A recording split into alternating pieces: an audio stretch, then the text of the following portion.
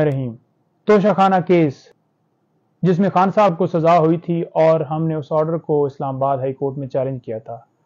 आज हमने वाज़ेह तौर पर इस्तदा की कि इस केस का फैसला आज ही दे दिया जाए, क्योंकि ये ऐसी सजा है 3 साल जो कि फौरन सस्पेंड हो जाती है।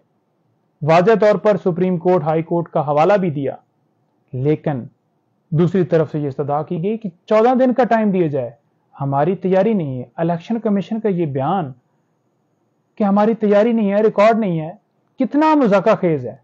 इलेक्शन कमीशन जिसने केस बनाया, इलेक्शन कमीशन जो सारा प्रोसेस करता रहा, ट्रायल सारा जिन्होंने किया, जिन्होंने केस बनाकर सजा दिलवाई, वो आज कह रहा है कि हमें टाइम दिया जाए, हमारी तैयारी नहीं है, हमें केस का पता नहीं है। जब हाई कोर्ट ने वाज़ेह तौर पर लास्ट डेट के ऊपर नोटिस किए थे, टाइम दिया था, रिकॉर्ड तलब किया था, तो क्यों नहीं रिकॉर्ड लिया गया? सिर्फ और सिर्फ खान साहब को मजीद अंदर रखने के लिए। हमने कोर्ट से इस्तदा की कि हम भीख नहीं मांग रहे, हमारा हक है, आज ही फैसला दिया जाए। अगर आपने हमारे हक में देना है दे दें, अगर आपने हमारे खिलाफ देना है, लेकिन फैसला आज दें। हमें लगा कि कोर्ट जो है वो हफ्ता डेढ़ टाइम देना चाह रही है, हमने कहा कि आज दें। फिर उन्होंने कहा हाई कोर्ट ने कि ना उनकी मानते हैं ना आपकी मानते हैं, ये जो मैटर है ये परसों के लिए रख लेते हैं। इंशाल्लाह परसों इस केस के अंदर हर सूरत आर्गुमेंट्स होंगे, खान साहब की जमानत होगी। परसों से आगे इंशाल्लाह हरगिज नहीं जाएगा। आज जो बहाने बनाए गए वो सिर्फ और सिर्फ इसलिए कि खान साहब को मजीद रखा जाए।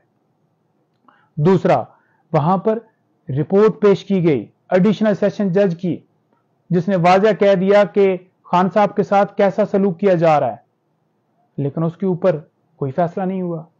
सिर्फ 2 वकला की हद तक एक्सेस दी गई है, बाबर साहब जाएंगे या साद खोसा साहब जाएंगे, उसके अलावा अभी तक अलाउ नहीं है। मेरी पिटीशन के हवाले से इस्तदा की गई कि उसको फिक्स कर लें, जिसमें हमने 13 वकीलों की लिस्ट दी हुई है।